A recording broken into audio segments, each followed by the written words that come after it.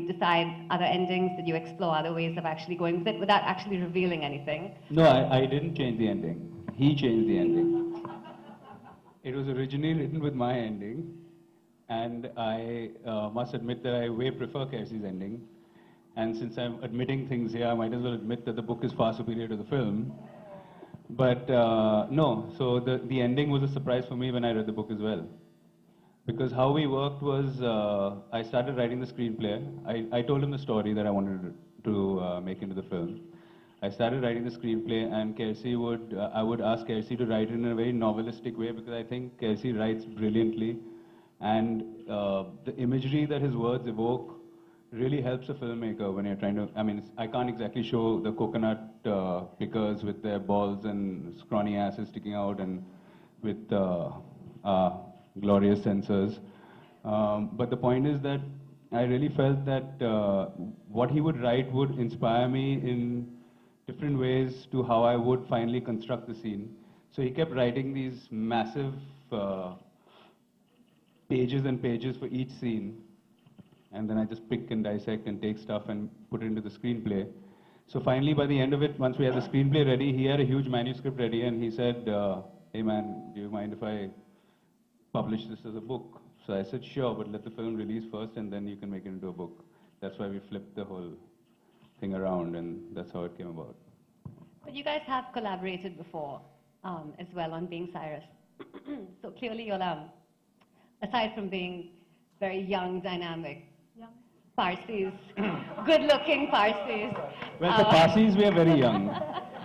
For Parsis, we are definitely young. The Parsi bit's right, at least. Tell me, what is it about the two of you that works as a dynamic, as collaborators creatively? I think for me, I love, like I said, his style of writing. It helps me create different things. And also, I find his humor just fantastic. It's completely irreverent. It's very sort of self-deprecative, and I love that kind of humor. And yeah, I think that's how it works. And also, we don't do the same thing when we're collaborating together.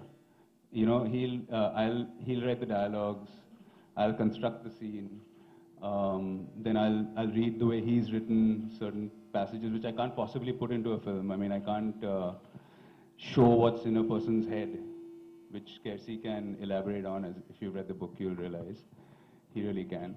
And it sort of just clicks when it all comes together. It clicks, at least for us. I don't know about the public, but it clicks for us. I had written for Gentleman magazine, and they rejected it unequivocally for bad language.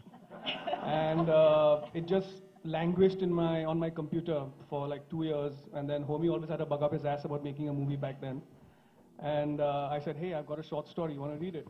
And he read it, and I have to say this man's got cojones, a complete newcomer in this industry. He just went ahead, got the finest talent on board to make Being Cyrus. Twinkle, I want to come to you next. Do you want to maybe start off by doing a little bit of a reading? First, I'd like to say that I got this copy. I didn't open it. I got it. I bought it because Kairsey was too cheap to actually send me a copy. And when I got it and I read it, I messaged him. I said, this is terrible. It's terrible that after reading this, I want to rip the first 8 chapters of my next book and throw it in the bin. And he said, oh, yeah, wow, yeah. So I said, I just finished reading To Kill a Mockingbird, and I didn't feel like that. And, you know, your book is so amazing, I felt like that. He's like, what would you expect from a book in the 40s, Civil War? So civil rights. So he accepted my compliments with an absolute lack of humility. And, I actually thought this was his 9th book, but homie told me that this is his first. 9th book? I thought, because, you know, I thought maybe you're used to people saying, oh, wow, you write so well, you write so well. So having said that, the other thing is it's a wonderful, wonderful book. He's truly gifted. Please go and get your own copy, because clearly he's not going to hand out any. Also, you'd have to scrounge around a bit, because Kairsey claims that Crosswords hides his books behind old Reader's Digest. And nowhere In near... the children's coloring section. Yes. And nowhere near the best-selling Chetan Bhagat. But Kersi, I don't know if you really want to be stuck hip to hip or bum cheek to hip with Chetan, but that's really up to you. So on that note, let me read from Book 3, Chapter 16, Rosie. She watches his sweaty, receding back. Pins run up her legs and pass batons to needles who run down. She finally takes a deep breath, purely an involuntary need to get oxygen to the brain. The air feels hot, and her lungs feel like they are doused in paraffin. Vision swimming and jaws clamped tight, she places her hands on her knees and jerks herself upright, throwing one arm out against the stolid banyan for support. Her blanket falls off her shoulders and pools at her feet. She sees nature, ogling her stark, naked body.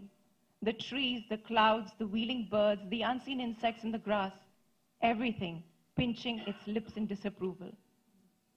Humiliation is the true death. Life flashes before your eyes until there is no life left, and at the end of it, you're still alive, burning in shame's acid juices. Her mind roams the past looking for comfort. All that comes is a patchwork of hazy events, places, and people, and not one of them offers her a landing spot or a little hole she can snuggle into and forget the present. And worst of all, the single event in her life that she had sat upon, smothered all these years, as effectively as she might smother a squirming mouse under her enormous bottom, the death of Gabriel Albert Fernandez, her son. It rises. A mother's defense mechanism tricking memory cells into blurring the ghastly picture of that final dreadful moment, taming memory's wild dog tendencies to bite and claw at her dreams all these years. It crumbles. The images rush back, etched out and clearer than they have ever been, of her getting there first, kneeling next to his body, rigid and ridiculous in that 800-rupee wedding suit, and peering into his mouth and seeing that little replica of himself that he had drunkenly tried to eat and which ate him instead, and reaching in and pulling it out, but it's too late. The gates have been shut forever.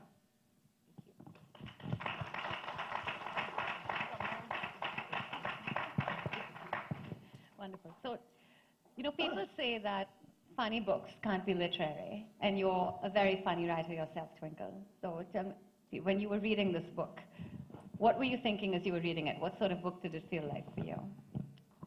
Kershi's book is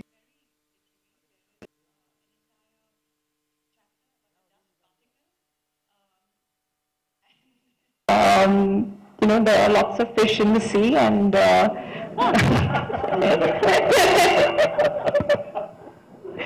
so whoever gets stuck with your rod, one is as good as another.